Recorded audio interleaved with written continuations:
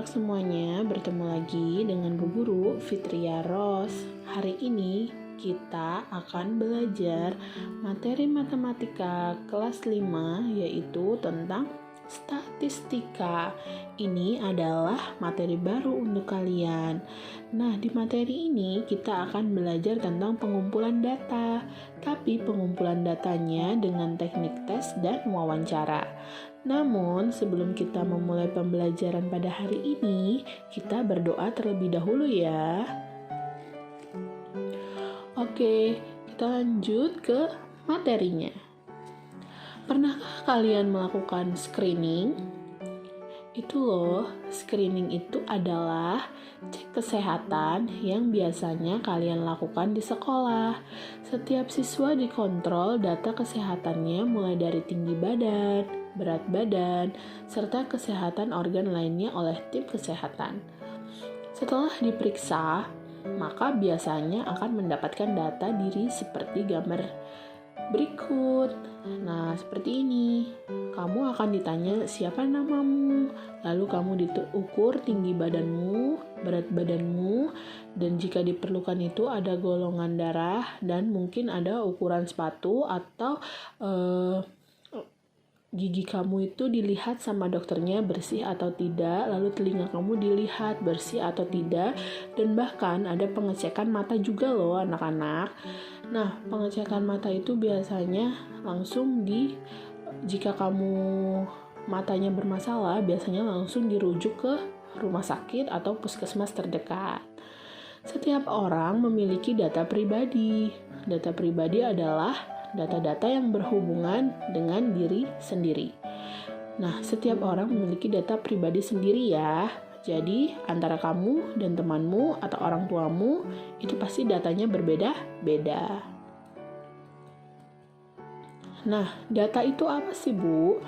Menurut Kamus Besar Bahasa Indonesia atau KBBI, data adalah keterangan yang benar dan nyata. Jadi kalau kamu itu punya data, kamu itu harus mengisinya secara benar dan benar-benar nyata. Tidak boleh bohong-bohongan atau dimanipulasi. Data itu dapat berupa wujud suatu keadaan, gambar, suara, huruf, angka, bahasa, maupun simbol-simbol. Data yang sudah didapat dikumpulkan lalu diproses. Setelah itu barulah mendapat hasil dari data tersebut berupa informasi. Pengumpulan data didapat dengan metode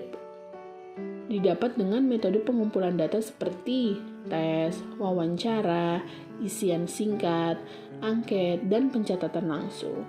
Nah, ini adalah contoh mendapatkan data. Jadi, kalian pernah kan diukur-ukur seperti itu berat badan dan tinggi badannya? Setelah kalian diukur itu namanya adalah mencari data. Lalu nanti datanya itu diproses sehingga mendapatkan sebuah informasi. Lanjut ya. Data itu dibagi menjadi dua anak-anak. Yang pertama adalah data primer, yaitu data yang didapatkan secara langsung. Contohnya, mengukur tinggi dan berat badan. Saat diukur, kalian bisa langsung mendapatkan hasilnya. Dan yang kedua adalah data sekunder, yaitu data yang didapat secara tidak langsung. Contohnya, data golongan darah siswa kelas 5. Hal ini perlu dilakukan pengecekan terlebih dahulu, karena darah itu kan harus disuntik terlebih dahulu ya di bagian jari kalian, ditek gitu, disuntik nanti keluar darahnya. Nah, darahnya itu harus diproses terlebih dahulu, memerlukan waktu. Dan kalau sudah kelihatan golongan darahnya baru dicatat dan kalian baru mendapat datanya. Seperti itu. Di sini ada macam-macam pengumpulan data. Video kali ini adalah part satunya ya anak-anak. Nanti di hari berikutnya kalian akan belajar macam-macam pengumpulan data bagian kedua atau part 2. Oke, kita fokus dulu pada yang bagian pertama ini. Yang pertama adalah teknik tes. Apa sih tes itu? Tes adalah rangkaian tugas dalam bentuk soal yang harus dikerjakan. Misalnya, nilai mata pelajaran untuk nilai harian atau nilai ulangan kalian. Teknik tes ini digunakan untuk mendapatkan informasi tentang kemampuan siswa berdasarkan nilai hasil tes yang sudah diberikan. Contohnya kayak gini, kalian pernah kan mengisi pilihan ganda saat ujian? Nah, teknik tes ini itu dibagikan soalnya kepada orang-orang yang akan dicek datanya. Setelah itu orang-orang itu akan mengisi. Setelah mengisi, orang yang mengetes itu akan tahu, oh si ini nilainya segini, si Ani nilainya 50 misalnya, si Budi nilainya 100 misalnya. Nah, dari hasil tes tersebut dapatlah sebuah informasi bahwa misalnya siapakah siswa terpintar di kelas 5 atau siapakah siswa yang paling rendah nilainya di kelas 5 seperti itu. Itu adalah informasi berdasarkan data yang didapat melalui teknik tes. Nah, ini adalah data-datanya misalnya di situ ada ulangan, lalu dari anak-anak yang sudah dites dapatlah nilainya itu. Ada yang dapat 80, ada yang dapat 65, ada yang dapat 70 dan seterusnya. Oke, sudah paham ya nak tentang teknik tes? Yang penting kalau teknik tes itu adalah kamu harus mengerjakan sebuah soal atau isian ya, sebuah soal, dan nanti direkap dulu, dilihat kamu mendapatkan hasil berapa, barulah kamu mendapatkan datanya berupa nilai. Lanjut ya. Yang kedua adalah teknik wawancara. Wawancara ini adalah bertanya langsung. Merupakan sebuah kegiatan tanya jawab yang dilakukan dua individu atau lebih untuk mendapatkan sebuah informasi, pendapat, data, dan keterangan. Dalam hal ini harus ada dua peran ya nak kalau melakukan wawancara. Yang pertama ada narasumber. Narasumber itu adalah orang yang ditanya atau yang memberi jawaban. Ya, narasumber itu adalah orang yang mau kalian tanya. Dan pewawancara adalah orang yang bertanya atau yang mengajukan pertanyaan. Misalnya nih, kalian akan melakukan wawancara terhadap orang. Berarti kalian adalah pewawancaranya dan orang yang mau kalian tanya itu adalah narasumbernya. Sudah paham ya?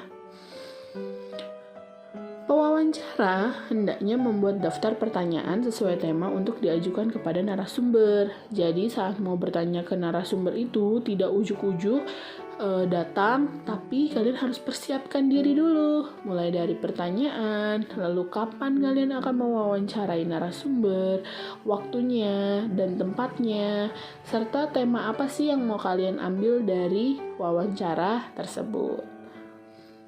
Nah, ini adalah contohnya. Jadi setelah kamu membuat daftar pertanyaan nih, pertanyaan yang pertama adalah, apakah buah yang kamu sukai? Lalu pertanyaan yang kedua, apakah buah yang kamu tidak sukai? Kayak gitu. Jadi temanya adalah tentang buah ya, menanyakan kesukaan buahnya. Nah, setelah itu kamu mewawancarai. Mewawancarai itu tidak hanya kepada satu orang ya nak, kamu bisa mewawancarai ke banyak orang dengan pertanyaan yang sama. Setelah itu kamu akan mendapatkan hasil seperti itu. Saat kamu mewawancarai Edo, mendapatkan hasil buah yang disukai adalah apel dan buah yang tidak disukai Edo adalah pisang. Lalu saat kamu mewawancarai Benny, buah yang disukai adalah mangga dan buah yang tidak disukai Benny adalah pepaya. Jadi ini bisa menjadi sebuah pengumpulan data melalui teknik wawancara. Seperti ini nah kalau kalian mau membuat informasi dan melakukan dengan teknik wawancara. Sudah paham ya? Jadi langkah awalnya adalah kamu sebagai pewawancara, siapkan dulu siapa saja narasumbernya. Misalnya kamu mau wawancara 5 orang, ya kamu siapkan dulu 5 orang itu siapa saja. Lalu kamu siapkan pertanyaannya. Kamu mau membuat pertanyaan itu berapa? Apakah 2, apakah 3, ataukah 5, kayak gitu. Baru kamu wawancarai mereka dan membuatlah informasi seperti contoh gambar tersebut. Sudah paham ya tentang teknik wawancara? Nah, materinya sudah selesai anak-anak. Kita langsung ke latihan 3.7 ya, supaya kamu lebih paham. Berikut adalah berat badan dalam kilogram siswa kelas 4. Nah, di situ ada tuh 1, 2, 3, 4, 5. 1, 2, 3, 4, 5, 6. Ada 30 siswa, nah. Dan berat badannya itu macam-macam. Ada yang 30 kilo, ada yang 25 kilo, ada yang 33 kilo, dan seterusnya. Nah, data tersebut kamu jawab pertanyaannya ya. Pertanyaan yang pertama, tentukan berat badan terendah dan tertinggi dari data siswa kelas 4 tersebut. Kamu lihat dulu tuh, mana berat badan yang terendah. Oh, misalnya 28 kilo Bu berat terendahnya. Berat tertingginya misalnya 30 kilo. Kamu tulis ya. Berarti ada 2 jawaban di nomor A. Lalu pertanyaan yang B, berapa siswa yang beratnya 30? Nah, kamu hitung dulu tuh. Ada berapa? Lingkari yang beratnya 30, lalu kamu hitung ada berapa siswa. Berapa siswa yang beratnya kurang dari 30? Nah, berarti yang di bawah 30 kamu buletin dan kamu hitung.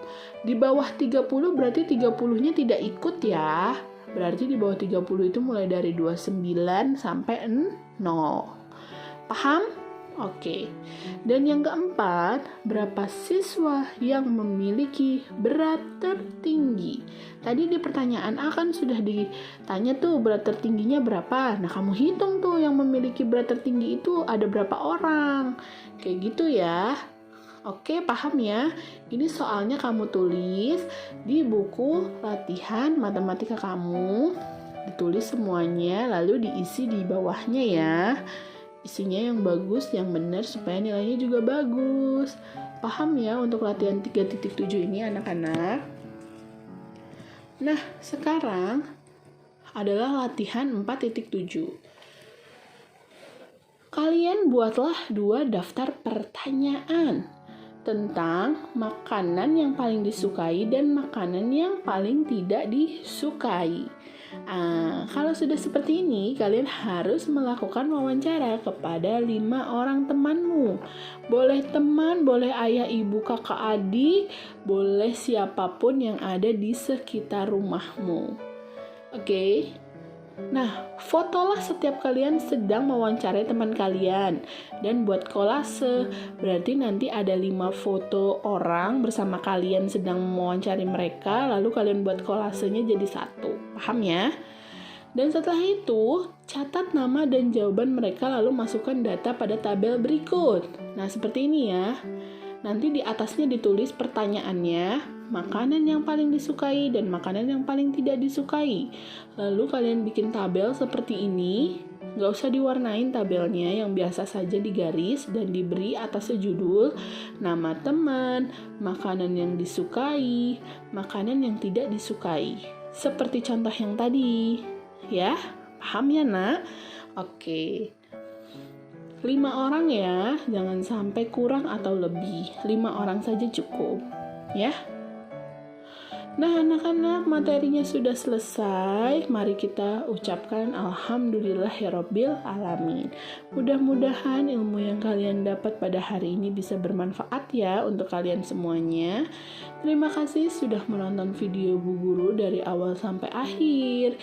Namun, yang baru datang ke channel Bu Guru, jangan lupa di-subscribe, di-like, dan di-share ya videonya, supaya teman-teman kalian juga bisa pintar seperti kalian. Oke, Bu Guru akhiri. Wassalamualaikum warahmatullahi wabarakatuh. Sampai ketemu di video Bu Guru selanjutnya. Dadah anak-anak.